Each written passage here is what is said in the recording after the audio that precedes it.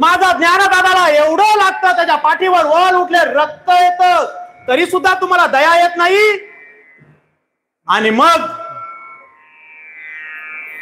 त्या धर्मपीठातील असलेल्या ब्राह्मणाने सांगितलं, जर तू त्या रेड्याचा आत्मा आणि तुमचा आत्मा एकच असेल तर त्या रेड्याच्या मुखामधून तुम्हाला वेद वदवावे लागतील. ज्ञानेश्वर महाराजांच्या मुखामधून शब्द बाहेर पडले, का नाही वदणार? रेड्याच्या मुखामधून वेद वदतील? हा, वदतील. कोणता वेद? तुम्ही बोला. आणि ज्ञानेश्वर महाराज त्या रेड्याजवळ गेले, शक्तिपाठ केला. पहिल्यांदा नजरेचा शक्तिपाठ केला. या नजरेने त्याच्या नजरेमध्ये बघितलं आणि नजरेमध्ये शक्तिपाठ केला. आणि ज्ञानेश्वर महाराज त्या रेड्याजवळ जाऊन त्या रेड्याच्या मस्तकावर हात ठेवला आणि मुखामधून शब्द बाहेर पडले, बोल रेड्या ऋग्वेद. रेड्याला सांगितलं ऋग्वेद बोल, आणि रेड्याच्या मुखामधून वेद वधू लागले. आणि हेच अभंगाचं चौथं चरण. प्रत्यक्ष पैठणी भटीम केला वाद.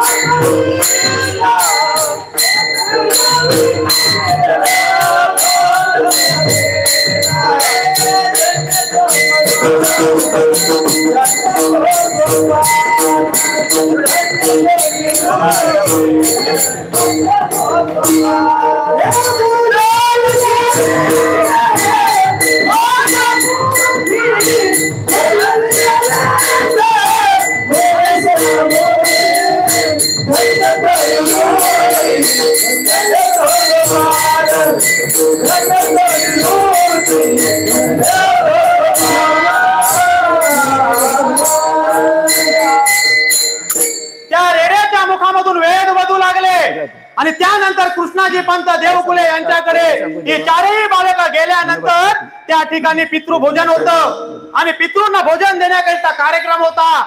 सर्व ब्राह्मणांना सांगितलं, आमंत्रित केलं, तुम्ही या भोजनाला. कुणीही यायला तयार नाहीत. आणि कृष्णाजी पंत देवकुले माऊलींजवळ गेले आणि माऊलींना सांगितलं, कुणीही ब्राह्मण इथे यायला तयार नाहीत. माऊलींनी सांगितलं, पात्र टाका. पात्र टाकले आणि माऊलींनी स्वर्गामधून पितृंना आमंत्रित केलं. स्वर्गामधून पितृ आले. बघा दुसरा चमत्कार. त्यानंतर रस्त्यामध्ये जात असताना सच्चिदानंद बाबा यांची प्रेत यात्रा चाललेली होती आणि त्यांची पत्नी त्या प्रेताबरोबर सती जाण्याकरता निघालेली होती आणि मनामध्ये भाव प्रगट झाला, सती तर जायचंच आहे. कोणतरी योग पुरुष बसलेले आहेत, भगव्या कपड्यामध्ये आहेत, त्यांचं दर्शन घ्यावं. आणि त्यांची पत्नी सच्चिदानंद बाबांची पत्नी माऊलींजवळ गेली, माऊलींचं दर्शन घेतलं आणि माऊलींच्या मुखामधून सहजच शब्द बाहेर पडले, सौभाग्यवती भव. मला तुम्ही सौभाग्यवतीचा आशीर्वाद देता? माऊलींना असं का माझं काय चुकलं की काय? त्यांनी सांगितलं, काय झालं, मी तर सती जायला निघालेली आहे, तुम्ही मला जो आशीर्वाद दिला तो ह्या जन्मातला दिला काय पुढच्या जन्मातला? माऊली म्हणाले, काय झालं? माझे पती त्यांची प्रेत यात्रा चाललेली आहे. कुठे आहे ती प्रेत यात्रा? माऊली जवळ गेले. माऊली जवळ गेले आणि त्या प्रेत जे चाललेलं होतं त्या प्रेताला सांगितलं, खाली उतरवा. खाली उतरवलं प्रेत आणि विचारलं, नाव काय आहे यांचं?